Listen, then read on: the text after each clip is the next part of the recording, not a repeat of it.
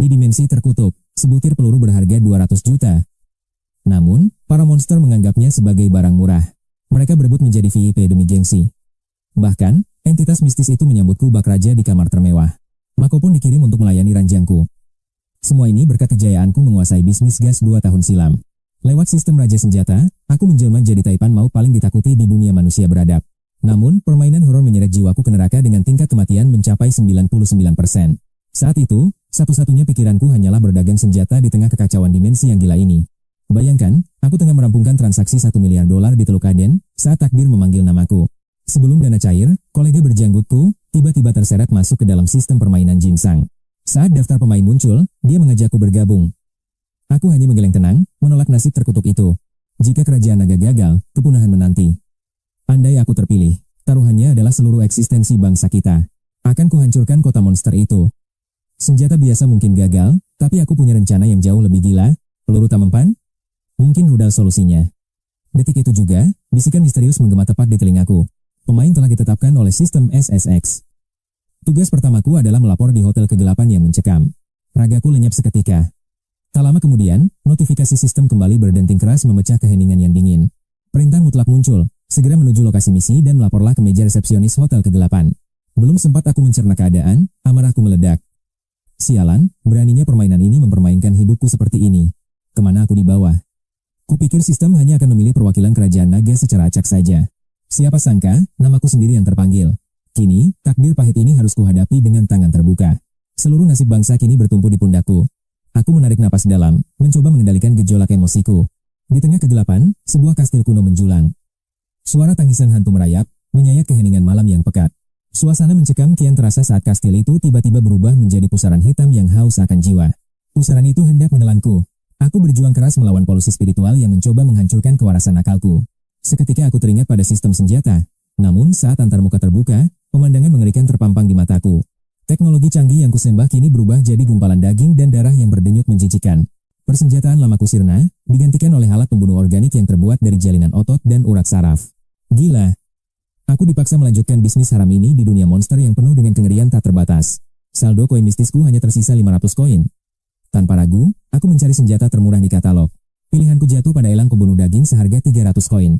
Meski murah, bentuknya sungguh mengintimidasi lawan. Senjata ini sanggup melukai entitas level rendah dan melindungiku dari serangan polusi mental yang mematikan. Kejutan? Sistem mengadakan promo beli 1 gratis 1. Keberuntungan macam apa yang menghampiriku di neraka ini? Kupandangi sepasang pistol elang pembunuh itu. Walau bentuknya familiar, permukaannya ditutupi jaringan otot merah segar. Darah masih menetes dari larasnya. Di dunia nyata, rakyat kerajaan naga menyaksikan setiap langkahku dengan cemas. Penonton melihat 3 pemain dari negara tetangga sudah lebih dulu menginjakan kaki di hotel terkutuk itu. Keberadaanku masih misteri, membuat semua orang panik. Tiba-tiba, BOOM. Sebuah ledakan dahsyat mengguncang gerbang hotel. Aku mendobrak pintu. Kulihat 3 pemain lain meringkuk ketakutan di sudut ruangan seperti tikus terpojok. Mereka disandera oleh resepsionis mistis level 1. Meski bertubuh mungil, aura kematian terpancar kuat darinya. Wajahnya hancur. Luka robek menjalar dari mulut hingga telinga, dengan rongga mata kosong yang menatap benci. Tanpa senjata, mustahil bagi mereka menahan serangan mental dari makhluk mengerikan yang tak bermata ini. Mereka hanya bisa gemetar. Namun, sang resepsionis tertegun melihatku mendobrak masuk ke hotel level SSS ini. Roh rendahan tak akan berani menyentuh pintu ini. Siapapun yang mendobraknya pastilah sosok berkekuatan luar biasa. Pasti dia tamu agung kita, pikirnya. Dia berlari ke arahku, lalu membungkuk hormat dengan sangat patuh. Selamat datang, tamu terhormat, ucapnya. Dia menyambutku dengan senyuman lebar yang justru terlihat sangat mengerikan. Aku malah tertawa terbahak-bahak. Makhluk menjijikan apa ini? Tanpa ragu, aku melayangkan tendangan keras ke wajahnya. Tubuhnya terpental 3 meter. Ketakutan, si resepsionis segera memakai kacamata hitam dan masker untuk menutupi lukanya. Dia merangkak kembali mendekatiku. Nah, dengan kacamata dan masker itu, penampilannya jadi jauh lebih enak dipandang. Wahai nona manis, apa kedatanganmu kemari adalah untuk melapor? Begitu identitas pemainmu terkuak, aura kematian seketika mencekam seluruh lobi hotel. 3 orang di sudut lobi gemetar ketakutan, namun aku justru langsung menyambar tangan mungilnya. Aku pun berbisik, kau adalah gadis tercantik yang pernah kulihat. Sang resepsionis hantu pun terpaku. Seumur hidupnya, ia belum pernah mendengar rayuan semanis itu. Seketika, tekanan mencekam tadi perlahan memudar. Sentuhan hangatku membuat jantungnya berdegup kencang bagai rusa kecil. Apa yang kau katakan? Ia hanya bisa terpana dan mencoba menarik tangannya kembali. Melawan hantu memang sulit bagi orang biasa. Tapi soal memikat hati pelanggan, aku adalah ahlinya di bidang ini. Perlahan, kulepas maskernya dan kuelus bekas luka mengerikan di wajahnya. Namun sesaat kemudian, sang resepsionis membuka mulut bersimbah darah. Teror mencekam kembali meledak tepat di hadapanku. Tapi aku tetap tersenyum tenang. Sama sekali tidak buruk, kau justru terlihat sangat menggemaskan. Di tengah suasana itu, sistem memberi peringatan. Hitung mundur pelaporan tersisa 60 detik. Hukuman berat mengintai jika melanggar. Akhirnya, aku terpaksa menghentikan godaan mautku padanya. Setelah menekan formulir dengan kilat, aku menatapnya dalam-dalam. Mulai saat ini, kau adalah sahabat baikku. Resepsionis itu hanya bisa mengangguk lugu. Aura iblisnya lenyap seketika. Ia malah terlihat manis seperti adik tetangga sebelah. Bukan hanya para pemain, penonton siaran pun melongo. Semua orang tercengang melihat aksi gila ini. Bagaimana bisa skenario horor berubah dalam sekejap? Bahkan para pengembang game kelas dunia pun tak percaya dengan apa yang mereka saksikan.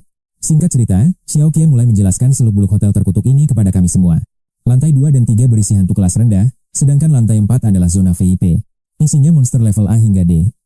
Lantai 5 merupakan area VIP tingkat tinggi dengan mayoritas level A. Lantai 6 pun setara, namun dihuni oleh banyak pelanggan dari wilayah yang sangat berbahaya. Dan di atas segalanya, lantai 7 adalah puncak tertinggi dari area VIP. Zona terlarang bagi karyawan, tanpa patroli keamanan, dan informasinya terkunci rapat dari siapapun. Setelah memberikan buku panduan padaku, Xiao Qian pun beranjak pergi meninggalkan lobi hotel. Saat kubuka lembarannya, mataku tertuju pada sebuah aturan rahasia yang tersembunyi di sana. Khusus pelayan yang memilih lantai 7, buku panduan ini sama sekali tidak berlaku. Ini berarti aku bebas melakukan apapun di sana. Rencana gila mulai melintas di pikiranku. Tanpa ragu, kugunakan kartu eksplanasi dari paket pemula. Hasilnya benar-benar di luar dugaan. Ternyata, di lantai 7 kastil ini bersemayam lebih dari 300 entitas mengerikan. Semakin tinggi lantainya, kekuatan makhluk aneh di sana pun akan semakin tak masuk akal. Begitu tiba di lantai 7, aku menahan napas sambil menatap tajam ke arah pintu yang tersegel. Satu titik merah muncul di radarku. Di saat yang sama, Xiao Qian datang membawa kereta kerja sambil memperingatkanku untuk segera memakai seragam resmi. Bau busuk menyengat langsung menusuk hidungku. Dengan jijik, aku mengibaskan tangan menolaknya. Aku tidak sudi memakainya, bau baju ini benar-benar membuatku muak. Xiao Qian memperingatkanku dengan cemas. Baju ini memang bau, tapi ini pelindung nyawamu. Ia tak ingin melihat temannya ini mati konyol. Tanpa seragam itu, habislah riwayatku. Kau akan jadi santapan mereka. Namun bagiku, benda ini tak berguna di lantai 7. Xiao Qian terbelalak kaget. Baginya, lantai 7 adalah neraka dunia yang dihindari para hantu pekerja. Penghuni di sana adalah monster level boss yang kekuatannya tak bisa dilukiskan dengan kata-kata. Sepertinya, sang pemilik hotel membuang semua hantu bermasalah yang menunggak biaya ke lantai 7. Dan tidak ada satupun makhluk yang pernah kembali hidup-hidup dari sana. Di dalam sana, bersemayam entitas purba dengan level kekuatan yang sangat luar biasa. Bisa kalian bayangkan, betapa mengerikannya para pelanggan yang menunggu di lantai 7 itu? Tubuh Xiao Qian gemetar hebat, suaranya terdengar kaku karena dicekam ketakutan yang luar biasa. Mengerikan sekali. Aku hanya ingin mencari hiburan di lantai 7 ini. Dengan sigap kututup mulut Xiao Qian. Penonton di ruang siaran langsung seketika dibuat geger. Semua orang yakin aja aku sudah dekat, namun aku justru bersikap tenang seolah tak berdosa. Diiringi tatapan ngeri, aku meluncur menuju lantai 7 setelah lift sempat berhenti di lantai 6. Mengikuti arahan Xiao Qian, aku melangkah keluar menuju lorong yang terasa sangat mencekam. Sosok Algojo tanpa kepala setinggi 2 meter berdiri tegak, menggenggam golok berkarat yang mengancam. Auranya sangat menindas. Pendatang baru yang ceroboh? Sepertinya, dagingmu sangat lezat. Bisikan dingin menggema di koridor, diiringi kilatan mata merah yang haus akan darah. Niat membunuh terasa pekat. Saat aku hendak mencabut pistol, Xiao Qian berteriak histeris. Dia pelayan baru di lantai 7. Tolong segera antar dia ke sana. Makhluk mengerikan itu perlahan menurunkan goloknya. Tekanan mematikan yang menghimpit tadi sirna seketika. Aku membuntuti makhluk tanpa kepala itu menembus kegelapan hingga tiba di ujung lorong. Gerbang besi berlumut yang dipenuhi tanaman liar berdiri kokoh, memisahkan dua realitas yang berbeda. Perbatasan antara hidup dan mati terbuka perlahan saat gerbang besi itu berderit nyaring. Dengan satu ayunan golok, dia memerintahkanku masuk. Gerbang besi pun tertutup rapat di belakangku. Teks sistem berwarna merah muncul. Bertahanlah 48 jam untuk hadiah yang tak terbayangkan. Kupastikan kedua pistolku terisi penuh. Sambil menarik napas panjang, aku mulai melangkah maju. Atmosfernya sangat kelam, lampu koridor berkedip-redup seakan nyawanya hampir habis. Jejak tangan berdarah menghiasi dinding, sementara genangan merah pekat membentuk siluet manusia di lantai. Potongan sisa tubuh manusia berserakan. Aku perlahan mendekati pintu kamar bernomor 710. Aku menunggu sejenak, memastikan entitas di kamar 701 tidak akan muncul mengganggu. Kusimpan senjataku dan mengeluarkan kawat tipis. Saatnya menunjukkan keahlian membobol pintu. Para penonton mengira, aku akan bersembunyi ketakutan di dalam kamar itu. Namun, apa yang kulakukan selanjutnya benar-benar meruntuhkan logika mereka semua. Begitu masuk, target utamaku adalah televisi. Televisi tua itu langsung terjual dalam sekejap. 50 koin hantu terkumpul. Kulkas pun laku terjual seharga 270 koin. Hanya dalam 5 menit, Kamar 710 bersih total. Dan aku takkan berhenti. Kamar 709 dan 8 lunasku jarah. Kini, tersisa satu target, kamar 701. Pintu itu terkunci sandi. Sebagai karyawan teladan, aku wajib memeriksa situasi di dalam sana. Tiba-tiba, deretan teks merah yang tak terduga muncul di hadapanku secara misterius. Misi langka dengan hadiah fantastis terpicu. Walau berbahaya, godaan hadiahnya sangat menggiurkan. Rencana awal untuk bersembunyi langsung kubuang jauh-jauh. Aku harus menuntaskan misi ini. Kuhabiskan 500 koin mistis untuk membeli alat pengiris daging Tuan Dingdong yang legendaris. Karena tak ada jawaban setelah mengetuk belasan kali, aku mulai kesal dan menghantam pintu itu. Tetap tak ada reaksi. Kugunakan granat, namun pintu misterius itu sama sekali tidak bergeming. Sial. Sebagai taipan senjata, aku mulai memilih koleksi terbaik di gudang persenjataanku. Pilihanku jatuh pada peledak C4. Kutempelkan pada pintu dan segera berlari menjauh. Seluruh benteng bergetar hebat saat ledakan dahsyat itu merobek kesunyian lantai 7. Getarannya terasa hingga lantai bawah. Entitas level S pun menggigil ketakutan di kamar mereka. Meski panik, si gagak aneh tetap menjaga gerbang sambil mencoba menghubungi sang bos besar. Lubang besar kini menganga di pintu 701. Aku tersenyum puas dan melangkah masuk. Namun, setelah memeriksa setiap sudut dengan teliti, aku tak menemukan hantu satupun. Karena tak ada lawan. Aku bersantai di sofa sambil menunggu waktu 48 jam.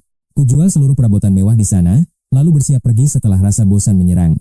Saat menyalakan televisi, suara statis yang mengerikan tiba-tiba memecah keheningan ruangan. Aliran listrik melonjak liar hingga layar menampilkan sumur tua yang sangat kukenali ini. Prediksiku tepat, sesosok makhluk menyeramkan bersiap merayap keluar dari sana sekarang.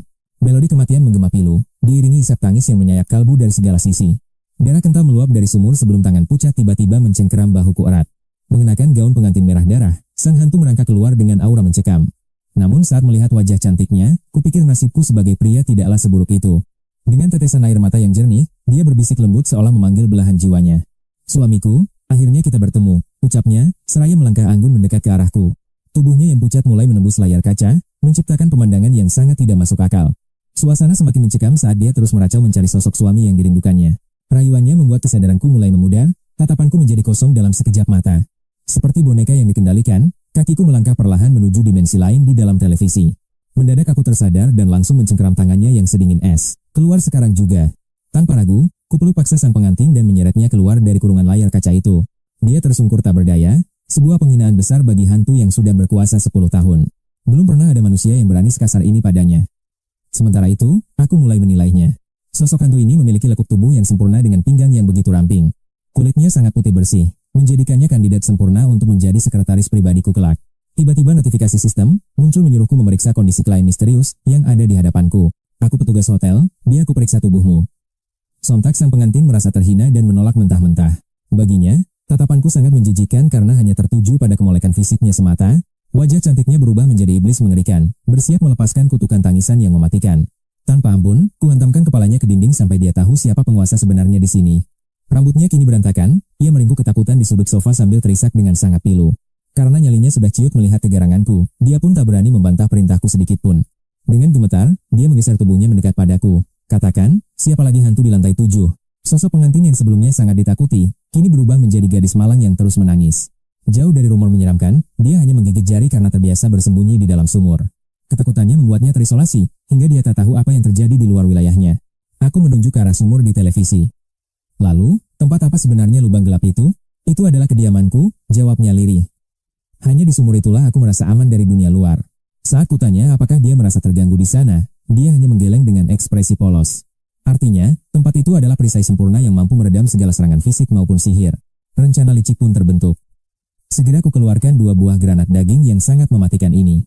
Setelah mencabut pin pengamannya, kupasang perangkap benang tipis di dinding untuk menjebak siapapun penyusupnya. Satu langkah salah dari lawan, maka ledakan energi darah akan menghancurkan mereka berkeping-keping. Sang pengantin hantu tampak penasaran. Matanya tertuju pada benda aneh yang baru saja kupasang itu. Ini barang bagus, kau mau mencobanya? Seketika, binar kegembiraan terpancar dari sepasang matanya. Harganya sangat terjangkau. Kalau begitu, aku akan memborong semua persediaan yang kau punya. Aku tak tegun. Padahal aku sudah susah payah menggeledah 9 kamar hanya demi koin hantu. Tanpa basa-basi, dia langsung mengirimkan 20.000 koin hantu ke dalam saldo sistemku. Saat dia hendak menyentuh granat berbahaya di dinding, aku segera menepis tangannya dengan sigap. Niatku hanya ingin melindungi, namun gerak refleksku justru memberinya 2 pukulan telak di kepala. Tak disangka, hantu kuat itu kembali menangis terseduh-seduh karena ulahku yang terlalu kasar ini. Aku menyodorkan 2 granat maut, tapi dia malah gemetar ketakutan dan memohon agar aku berhenti menyiksanya. Tanpa sempat menyentuh peledak itu, dia langsung berbalik dan melesat pergi secepat kilat karena ngeri. Aku tertegun melihat reaksinya. Sambil menggaruk kepala, aku bergumam bingung, sepertinya mereka salah paham besar padaku. Mungkin aku harus menjelaskan niat baikku nanti, tapi sekarang ada hal yang jauh lebih mendesak. Prioritas utamaku adalah memasang jebakan.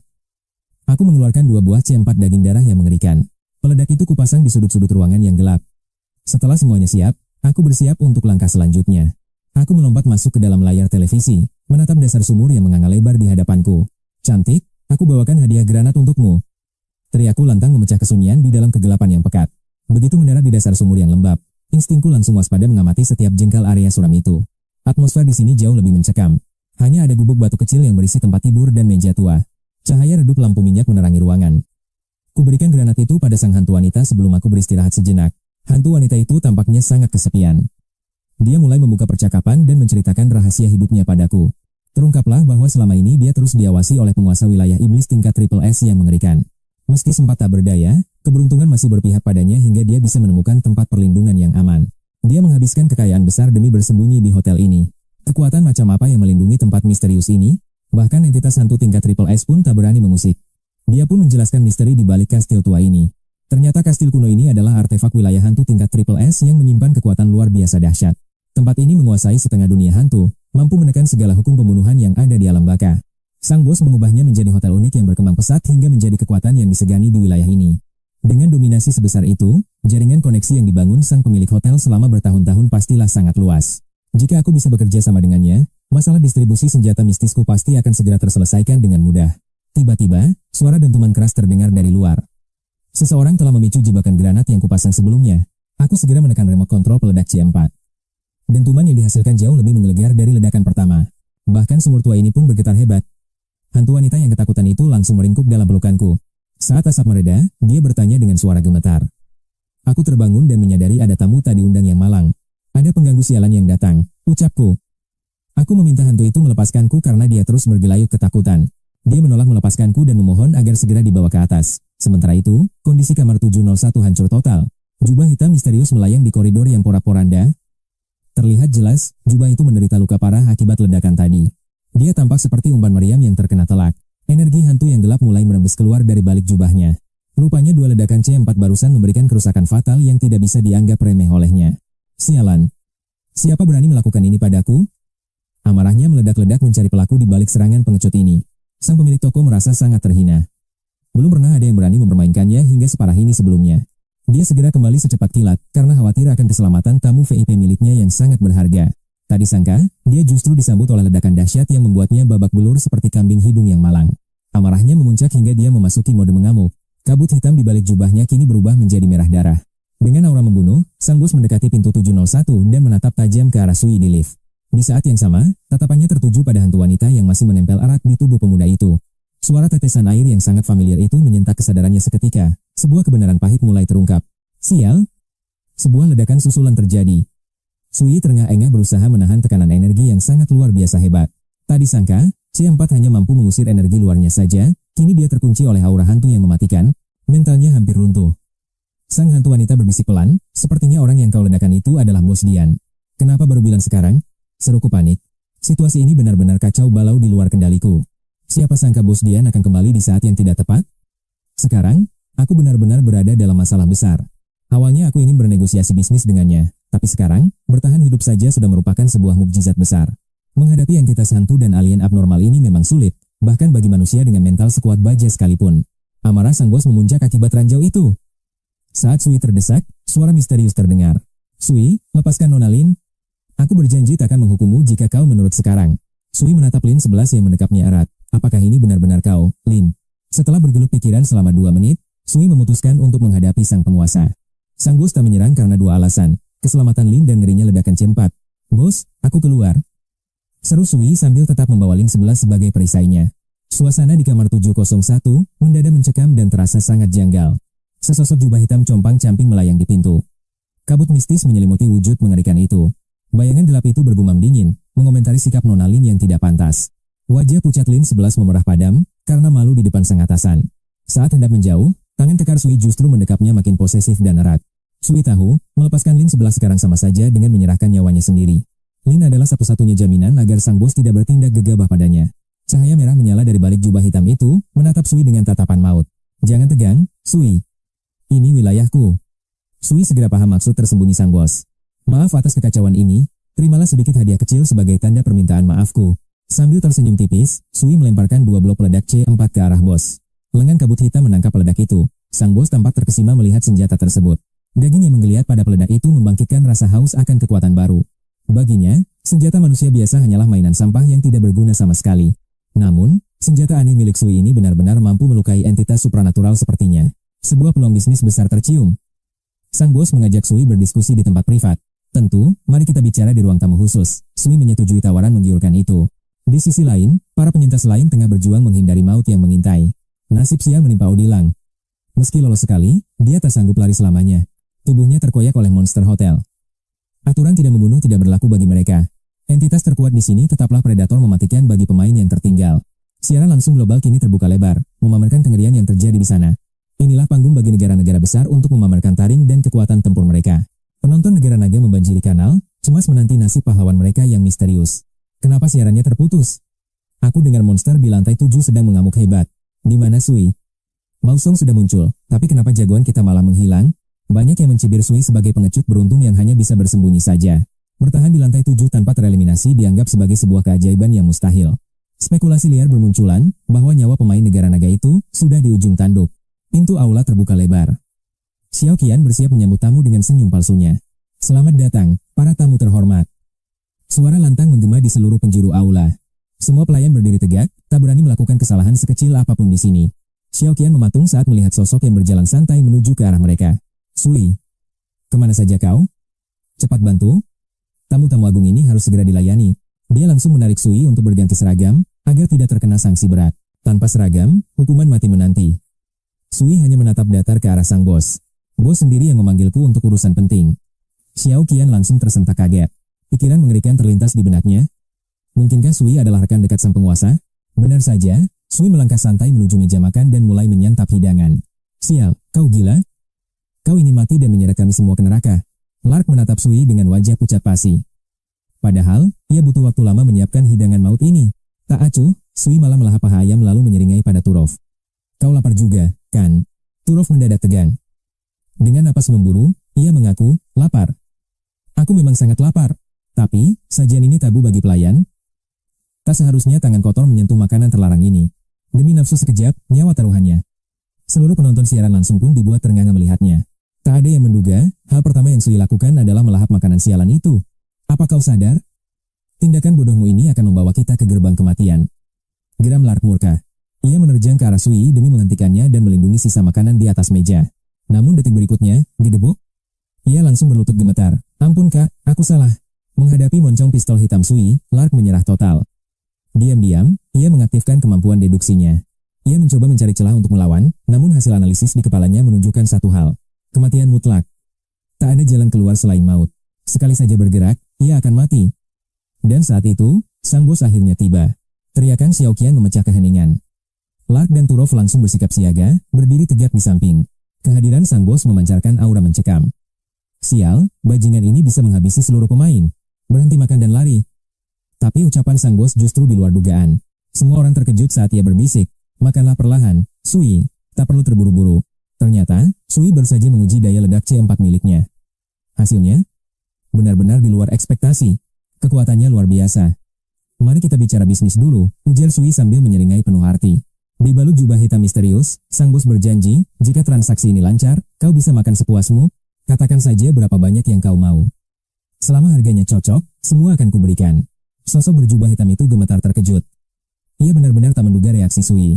Awalnya ia mengira Sui kehabisan stok, tapi siapa sangka stoknya justru melimpah ruah. Apa yang sebenarnya terjadi? Tak ada satupun yang paham situasi gila ini. Sial, mereka sedang bernegosiasi. Aku tak percaya mataku bisa melihat pemandangan mustahil ini. Melihat adegan tak masuk akal itu, mental kedua pemain lainnya langsung hancur berkeping-keping. Padahal sama-sama pemain pilihan, tapi kenapa hanya dia yang bisa makan semeja dengan sang penguasa? Sui tampaknya telah menjalin kesepakatan gelap. Sang bos pun terdiam, menimbang-nimbang keputusan besar. Beri aku waktu untuk menaksir nilai benda ini. Sui hanya mengangguk tenang, penuh percaya diri. Sui yakin kesepakatan ini akan terwujud.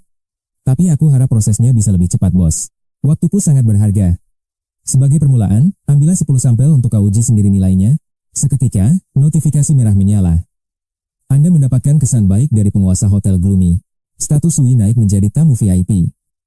Kini ia bisa melenggang bebas tanpa hambatan di hotel. Ding, status pemain telah berubah. Sui segera memeriksa panel sistemnya dengan tatapan tajam. Status, pelanggan VIP Hotel Gloomy. Sui menatap layar transparan di hadapannya dengan puas. Fisik dan mental masih nol, tapi asetnya melonjak jadi 134.000 koin. Meski evaluasinya biasa, Sui tertegun melihat lonjakan status yang sangat drastis ini. Perubahan ini sudah kuduga, tapi kenapa kekuatan mentalku bisa melesat setinggi ini? Apa karena interaksi dengan entitas ini? Sui lalu menyambar paha ayamnya dan berseru santai. Ayo bos, mari kita ambil barangnya. Oh iya Turov, ada tugas untukmu. Bungkuskan semua sisa makanan ini. Turov pun menatap Sui dengan penuh rasa syukur. Tentu, Tuan Sui. Padahal, hotel ini melarang keras membawa pulang sisa makanan demi hukuman. Hukuman mati menanti pelanggar, kecuali bagi Sui sang tamu istimewa. Dibanding pemain lain yang sekarat, Sui bahkan belum mengeluarkan setetes keringat pun di sini. Malam ini, Turov tetaplah mantan mitra bisnis yang berharga bagi Sui. Tak mungkin ia dibiarkan kelaparan. Belak pun tertegun melihat Turov memunguti sisa makanan. Sial, aku pun ingin menggantikannya. Perutku sudah kosong terlalu lama. Keluh Belak iri. Ketegangan itu menyiksa jiwa raga hingga ke ambang kehancuran, menyisakan keputusasaan yang nyata. Belum juga pergi, ia sudah mencuri. Mengapa raksasa Rusia itu sibuk membungkus sisa hidangan? Tahan Tuan Belak. Jangan lupakan, Tuan Su adalah mitra paling berharga bagi kita. Semoga ia selamat dari neraka ini. Lihatlah betapa luar biasanya Huoge dibanding pemain lain. Penonton mulai histeris. Trik gila apalagi yang sedang direncanakan oleh seorang Huoge? Menjadi tamu VIP hotel berhantu? Mungkinkah Huoge sedang menjual maut pada makhluk terkutuk? Mustahil. Bukankah senjata manusia hanyalah sampah di hadapan kengerian ini? Sejarah membuktikannya. Pasukan elit bersenjata lengkap pun langsung lumat saat entitas misterius itu menampakkan diri. Dunia mencoba segalanya. Mulai dari peluru ringan hingga artileri berat yang memekakkan telinga. Bahkan hulu ledak nuklir tak memberikan goresan sedikit pun. Akhirnya, semua hanyalah kesia-siaan belaka. Kenyataan pahit menghantam. Senjata manusia tak lebih dari mainan di hadapan kekuatan supranatural. Di kamar 701, Sui menyodorkan 10 blok C4 pada bos komputer. Xiao Qian sudah kuberitahu. Hubungi dia, dan kunci kamar itu akan menjadi milikmu. Bos, bolehkah aku berbisnis di lantai 4? Pertanyaan Sui membuat suasana hening seketika. Sui menarik keluar Desert Eagle pemangsa daging dan darah, lalu menyerahkannya penuh keyakinan.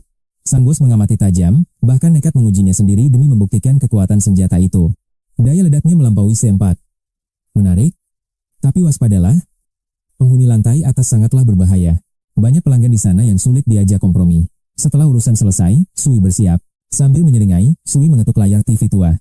Hei, Lin 11, mau keluar bermain? Layar TV berderit mengerikan, lalu sosok Lin 11 perlahan merangkak keluar dari kegelapan. Aku ingin bebas, bisiknya lirih, tapi dunia luar terlalu menakutkan bagi hantu sepertiku.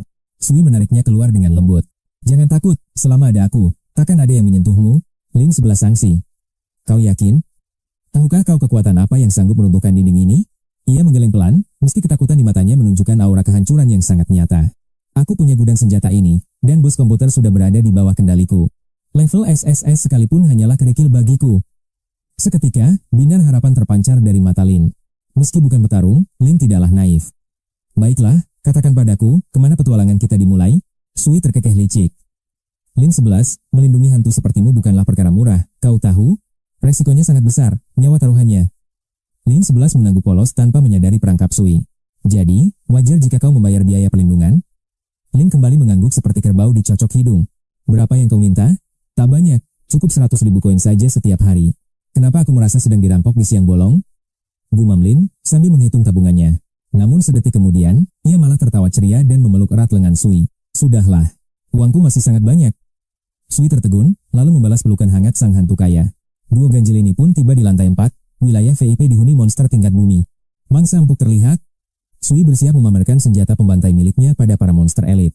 Senjata yang sanggup mengoyak entitas level SS. Siapa yang takkan tergiur kekuatan sehebat itu? Sui menekan bel dengan penuh percaya diri. Pelanggan pertama, tunjukkan wajah menyeramkanmu itu. Permisi, Tuan. Namun Sui takkan menyerah hanya karena sambutan dingin dari balik pintu. Dalam bisnis door to door, kesabaran adalah kunci. Halo? Apakah ada orang di dalam sana? Pintu berderit, menampakkan sesosok hantu kerdil tingkat 1 yang tampak sangat mengerikan namun mungil. Si monyet berteriak histeris, namun Sui langsung menempelkan moncong pistol tepat di dahinya. Kenapa makhluk ini diam? Ketakutan? Sosok mengerikan itu bergerak sangat cepat. Ia sadar, senjata di tangan manusia itu adalah maut yang bisa menghancurkannya seketika. Kak, apa rencanamu? Tenang saja, tidak ada yang perlu dikhawatirkan. Aku hanya ingin menawarkan senjata hebat ini padamu. Sui menyeret makhluk itu masuk ke kamar. Tak lama, ia keluar dengan senyum penuh kemenangan. Hanya 3.000 koin? Lin Eleven hanya bisa menghela napas, melihat tingkahnya. Kira-kira ada rencana seru apa lagi yang dipikirkan Sui sekarang? Ternyata dia merampok penghuni lain. Maksudku melakukan transaksi senjata yang jujur. Lalu itu apa? Sial, aku lupa memberikan barang pesanan orang tadi. Sui mengetuk pintu dengan keras. Hei kawan, senjatamu tertinggal. Cepat buka pintunya. Uangku sudah habis. Kenapa kau terus menindasku seperti perampok rumah saja? Dengar, integritas adalah segalanya bagi pengusaha. Jika itu rusak, bisnis akan hancur. Ayo ambil senjatamu. Ini adalah hakmu setelah membayar dengan uang tadi, kawan. Aku tidak butuh senjata itu. Pergi sana. Teriakannya membuat Sui mulai geram. Gawat. Jika bos tahu negosiasi ini kacau, reputasiku sebagai profesional akan hancur seketika. Aku ini pedagang jujur. Kalau kau masih meragukanku, tanyakan saja pada bos. Si penakut itu gemetar hebat. Ia berencana mengadu pada Bohan setelah Sui pergi dari sini. Ternyata Sui punya koneksi orang dalam. Uang tadi anggap saja hadiah kecil dariku, Kak. Benar-benar tidak mau? Sui mendesah pasrah dan bertanya untuk memastikan sekali lagi. Ku konfirmasi ya, kau menolak barangnya? Jadi ini bukan salahku jika kau tak menerimanya. Lihat sendiri kan, dia yang menolak, bukan aku yang tidak mau memberikan barangnya. Sui tersenyum lebar. Lumayan juga, 3.000 koin gratis jatuh tepat ke tangannya. Lin Eleven membeku. Ia tak habis pikir dengan cara gila yang baru ia saksikan. Siapa yang percaya itu jualan, jika pistol langsung menempel di dahi pelanggan? Gila, siapapun pasti akan ketakutan. Kau sama sekali tidak terlihat seperti seorang pedagang senjata. Sambil memencet bel pintu di depannya, Sui bertanya dengan santai. Memangnya aku terlihat seperti apa? Perampok? Kau benar-benar salah paham padaku. Namun, meski sudah menunggu lama, tak ada jawaban. Mungkinkah kamar ini tidak berpenghuni? Demi efisiensi, Sui langsung menemui Xiao Qian untuk mengambil kunci cadangan kamar itu. Ia pun memeriksa daftar nama. Lin, sebaiknya kau mandi dulu dan tunggu aku di sana. Mendengar ucapan ambigu itu, jantung Lin Eleven mendadak berdegup kencang tak karuan. Wajahnya memerah karena malu. Namun, sepertinya ia salah mengartikan maksud tersembunyi Sui. Sialnya, usaha dagang mereka mulai menemui jalan buntu setelah mendatangi 10 orang. 9 orang menolak buka pintu, sementara sisanya hanya gemetar ketakutan di dalam. Kenapa kau menembak kakinya? Lin Eleven terkejut melihat kekuatan senjata buatan Sui itu. Satu tembakan telak menghancurkan kaki makhluk itu hingga tak berdaya di lantai. Sui menatap Lin Eleven dengan sinis, seolah-olah ia baru saja menanyakan hal bodoh. Kau pikir aku ingin membunuhnya? Aku kesini untuk berdagang, bukan mencabut nyawa orang. Membunuh hanya akan merusak bisnis. Lin Eleven mencoba mencerna logika gila rekannya itu. Meski terdengar masuk akal, rasanya tetap saja ada yang salah dengan metode ini. Sui memberi kode agar Lin Eleven yang bertindak. Gadis itu tampak gugup dan bingung. Kesal karena ia hanya diam, Sui segera bertindak hingga membuat Lin Eleven merengut sedih. Halo? Belum sempat bicara, pintu di hadapannya tiba-tiba terbuka dengan suara berderit. Makhluk di balik pintu itu terbelalak saat melihat kecantikan Lin Eleven yang luar biasa. Seumur hidupnya, ia tak pernah melihat hantu secantik ini. Namun, kejutan sebenarnya baru dimulai. Moncong pistol mengincar nyawa, hasil kerja sama maut manusia dan hantu dalam sekejap mata. Lantai 4 mencekam, tamu VIP dirampok habis hingga nyawa menjadi taruhan demi senjata itu. Lin 11 terus mengetuk pintu. Meniru gaya licik para penjual gelap demi memancing mangsa. Setelah bel berbunyi, Lin 11 bertanya penuh tipu daya, Tuan, butuh senjata? Sui menolak. Lin 11, ada apa sebenarnya? Tak mau menyerah, Lin 11 mendesak agar pintu dibuka demi memperlihatkan barang dagangannya. Meski dipromosikan berkualitas, suara kasar dari dalam menolak dengan penuh kemarahan. Secara mengejutkan, suara pria itu berubah menjadi pekikan gadis yang sangat mengerikan. Sontak Lin 11 ketakutan dan memeluk Sui, membuat suasana seketika menjadi kacau. Sui terpaku, teringat akan sosok mengerikan dari film horor yang pernah ia tonton. Itulah mayat Inyang, entitas terkutuk yang tak memiliki identitas pria maupun wanita. Bayangan mengerikan muncul saat membayangkan kekuatan senjata kun-kun versi biru. Perasaan Sui memburuk, ia segera membuang jauh ide menjual senjata tersebut. Sambil mendekap Yin 11, Sui bergegas menuju target berikutnya untuk mencari seseorang. Sui berhenti, bertanya, siapa itu sementara Yin 11 terpejam. Di sana, seorang petugas hotel tergantung tak berdaya di dinding dalam kondisi mengenaskan. Pria berjenggot lebat, mungkinkah itu Torolov yang dalam bahaya? Sui menenangkan Yin 11, menyuruhnya sembunyi dan menutup telinga rapat-rapat. Sambil bersiap, Sui membuka sistem gudang senjatanya untuk mencari alat penghancur tepat. Daging dan darah ditemukan, namun membutuhkan 10.000 poin seni hantu untuk memilikinya. Segel harus dibuka, Sui merelakan 800 poin demi membuka kunci senjata tersebut. Tanpa ragu, Sui menarik keluar gumpalan daging dan darah yang berdenyut mengerikan itu. Tembakan membabi buta dilepaskan ke pintu, menciptakan dentuman keras yang menggetarkan ruangan. 26 peluru mistis seketika menghancurkan pertahanan pintu hingga hancur. Sui merangsek masuk, sementara kolom komentar siaran langsung mulai dibanjiri reaksi penonton. Torolov yang hampir tewas, secara ajaib selamat dari maut berkat serangan liar tersebut. Semua terperangah, senjata hantu macam apa yang bisa muncul di sini? Petugas keamanan hampir tiba, Torolov benar-benar beruntung maut tidak menjemputnya lebih dulu. Dengan senjata daging dan darah di tangan, Sui melangkah masuk layaknya malaikat maut. Penonton heboh, Sui benar-benar dianggap sebagai penyelamat sejati mereka. Apa yang terjadi? Bagaimana bisa senjata kilin api ada di tangannya? Satu rentetan peluru saja, cukup untuk melenyapkan hantu tingkat tinggi dalam sekejap. Senjata dewa macam apa itu? Apakah ini hasil perdagangan gelap sebelumnya? Seluruh mata terpaku pada Wusu, menyadari bahwa senjata yang ia pegang sangatlah luar biasa. Para petinggi elit dunia, kini mulai mengincar Wusu demi menguasai teknologi senjata pembasmi hantu. Rekor baru akan tercipta, Wusu segera menurunkan tubuh Torolov yang tergantung itu. Dengan cepat, ia merobek lakban di mulut korban dan memastikan keadaannya stabil. Torolov berteriak histeris, menyuruh Wusu segera lari menjauh. Aturan hotel ini sangat kejam, tim keamanan hantu tidak akan memberi ampun. Wusu telah membunuh tamu VIP. Sebuah pelanggaran fatal yang mengancam hotel. Skandal ini akan meledak, nyawa Wusu kini terancam jika berita ini tersebar. Status VIP tak akan menolong. Hukuman berat, sudah menanti di depan mata. Penonton siaran langsung, terdiam kaku saat mendengar kabar buruk itu. Ketakutan melanda, satu-satunya cara adalah bertahan di kamar hingga misi berakhir. Wusu harus mengulur waktu, demi menghindari konfrontasi mematikan dengan penghuni hotel lainnya. Wusu menyeringai tipis, menganggap remeh masalah yang bagi orang lain adalah petaka besar. Sikap acuh tak acuh ini membuat para penonton di live stream benar-benar kehilangan akal sehat. Apa kau gila? Biarpun kau tamu agung, membantai klien VIP adalah tiket menuju neraka. Mustahil pihak hotel akan tinggal diam setelah reputasi mereka diinjak-injak secara terang-terangan. Yelitorov mengertakkan gigi dengan penuh kecemasan, merasa riwayat Longkuo akan segera tamat di sini. Wusu, cepat serahkan senjatanya. Teriaknya panik sejak mereka pertama kali menginjakan kaki di dungeon ini. Tanpa bantuan Wusu, dia pasti sudah tewas mengenaskan, dicabik-cabik oleh entitas hantu yang haus darah.